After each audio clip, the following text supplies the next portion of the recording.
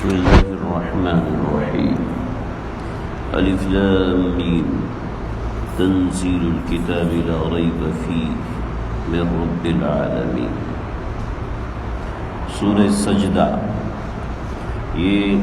قرآن مجید کی ترتیب کے اعتبار سے 32ویں سورت ہے اور بڑی جلیل القدر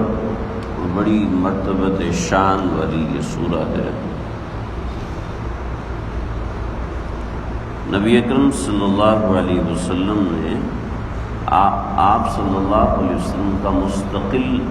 کچھ صورتوں کے ساتھ معمول تھا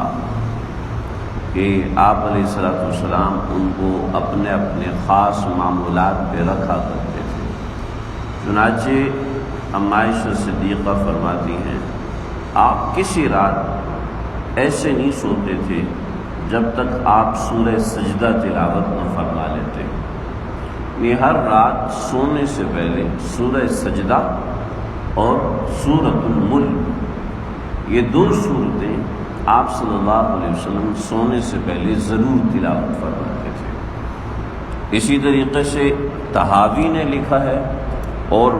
بڑی حدیث کی کتابوں میں یہ روایت موجود ہے کہ آپ صلی اللہ علیہ وسلم جمعے کے دن فجر میں پہلی رکعت کے اندر سورہ سجدہ کی تلاوت فرماتے تھے۔ 30 آیات ہیں اور 30 آیات کے اندر توحید، رسالت اور آخرت کا مضمون ہے، اور مکے میں جتنی بھی صورتیں نازل ہوئی ہیں ان تمام صورتوں کا یہی معمول ہے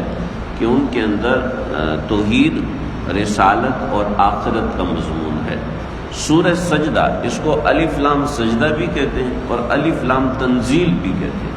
سیدنا علی مرتضیٰ رضی اللہ تعالیٰ عنہ کو آپ صلی اللہ علیہ وسلم نے یہ سورہ سکھائی اور فرمایا کہ اے علی، جب تمہیں حافظہ کمزور ہو، قرآن یاد کرنے کا جی چاہے تو اس وقت ایسا کرو کہ 4 رکعت نماز پڑھو، اور 4 رکعت نماز کے اندر پہلی رکعت میں سورہ الف لام میم سجدہ، اور دوسری رکعت میں سورہ دخان، اور تیسری رکعت کے اندر سورہ واقعہ، اور چوتھی میں سورہ ملک۔ بعض روایت میں واقعہ کی جگہ سورہ یاسین ہے، اور اسی طریقے سے مختلف روایات۔ تو ان میں بھی سورہ سجدہ یعنی الف لام میم سجدہ یہ بڑی اہم ہے۔ چنانچہ ہمارے اکابرین کا بھی یہ معمول رہا ہے، اور حرمین شریفین کا بھی یہی معمول رہا ہے کہ جمعے کے دن فجر میں الف لام میم سجدہ کی تلاوت ہوتی ہے۔ مسجد حرام میں تو پچھلے چند سالوں سے یہ معمول بند ہو گیا ہے کہ وہاں نماز جلدی ہوتی ہے اور 2-4 آیات کے اندر اس کو پڑھ دیا جاتا ہے، اور بس یعنی فجر، ظہر، یہ جو بھی نمازیں ہوتی ہیں اس میں طوال مفصل نہیں پڑھی جاتی کہ مجمع اتنا کثیر ہوتا ہے، لوگ ایسے مشکل سے کھڑے ہوتے ہیں، اس لیے مختصر نماز ہوتی ہے۔ لیکن مسجد نبوی میں بھی آج بھی یہی معمول ہے کہ جمعے کے دن ہمیشہ نہیں تو اکثر و بیشتر، یعنی اگر پورے سال کے اندر 52 جمعے آتے ہیں تو 52 میں سے 40 جمعات میں ایسا لازمی ہوتا ہے کہ فجر کی نماز جمعے کے دن اس میں الف لام میم سجدہ ہوتا ہے۔ اور خیر برل چونکہ سورہ تھوڑی سی طویل ہے اور سننے والے اگر مشتاق ہوتے ہیں تو یہ ضرور پڑھنی چاہیے کہ آپ صلی اللہ علیہ وسلم کا اکثر عمل یہ ہے۔ بعض فقہا کا دعویٰ یہ ہے کہ اکثر عمل یہ نہیں بلکہ ہمیشہ یہی عمل ہے کہ آپ علیہ السلام نے جمعے کے دن فجر میں ہمیشہ الف لام میم سجدہ اور دہر کی تلاوت فرمائی ہے، یعنی دوسری رکعت میں دہر کی هل اتى على الانسان حين من الدهر لم يكن 29ویں پارے میں سورہ ہے،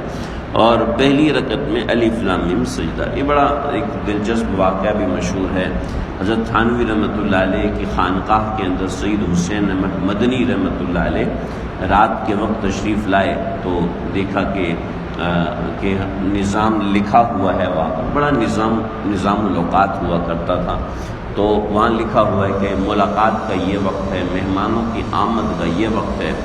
آج کل ٹرانسپورٹیشن ایسی ہے کہ انسان اپنے وقت پہ پہنچ سکتا ہے، لیکن اس زمانے پہ ٹرانسپورٹیشن تو ہوا نہیں کرتی تھی، خاص طور پہ قصبوں میں جانے کے لیے آپ کو انسان گاڑی یا کوئی دوسری گاڑی لینی پڑتی تھی یا پیدل جانا پڑتا تھا۔ تو حضرت حسین احمد مدنی رحمۃ اللہ علیہ رات تہجد کے وقت پہنچے تو کہا جی میں مہمان ہوں، ظاہر بات ہے حسین احمد نام ہے، کسی نے پہچانا نہیں، اس زمانے میں پہچان بھی نہیں تھی۔ تو جب فجر کی نماز میں پہنچے تو مسجد میں ایک دیا جل رہا ہوتا تھا، روشنی تو اتنی نہیں ہوتی تھی، تو اس دیے میں حضرت نے دیکھا کہ بھی کچھ شیخ بیٹھے ہوئے ہیں، تو ملاقات کی تو دیکھا سید حسین احمد مدنی ہیں، تو کہا حضرت آپ فجر پڑھائیں۔ تو حضرت نے فجر کے اندر وہی یہ سورہ الف لام میم سجدہ اور دہر پڑھائی۔ تو جب الف لام میم سجدہ میں یہ سجدہ آیا تو حضرت نے ڈائریکٹ سجدہ کیا، تو پچھلی صف میں تو اندھیرا تھا، لوگوں کو نظر ہی نہیں آیا، تو کچھ لوگ رکوع میں چلے گئے اور جو آگے والے تھے وہ سجدے میں چلے گئے۔ جب دوبارہ اللہ اکبر ہوئی تو سمجھ میں آیا وہ سمیع اللہ لمن حمدہ تو ہوا ہی نہیں، تو بڑے پریشان ہوئے لوگ۔ تو کچھ لوگوں نے غلط سلط باتیں کی کہ بھئی یہ کیسا مولوی آ گیا جو اس طرح لوگوں کا دھیان نہیں کرتا وغیرہ وغیرہ وغیرہ۔ تو حضرت تھانوی رحمۃ اللہ علیہ نے ایسے لوگوں کو خانقاہ سے نکالتے، بڑا طویل قصہ ہے۔ تو یہ صورت ہے الف لام میم سجدہ یا سجدہ یا الف لام میم تنزیل، اور اس صورت کے اس حوالے سے اور بھی بہت سی برکات ہیں جو فقہائے کرام نے، مفسرین کرام نے نقل فرمائی۔ الف لام میم تنزیل الکتاب لا ریب فیہ من رب العالمین، یہاں کتاب کی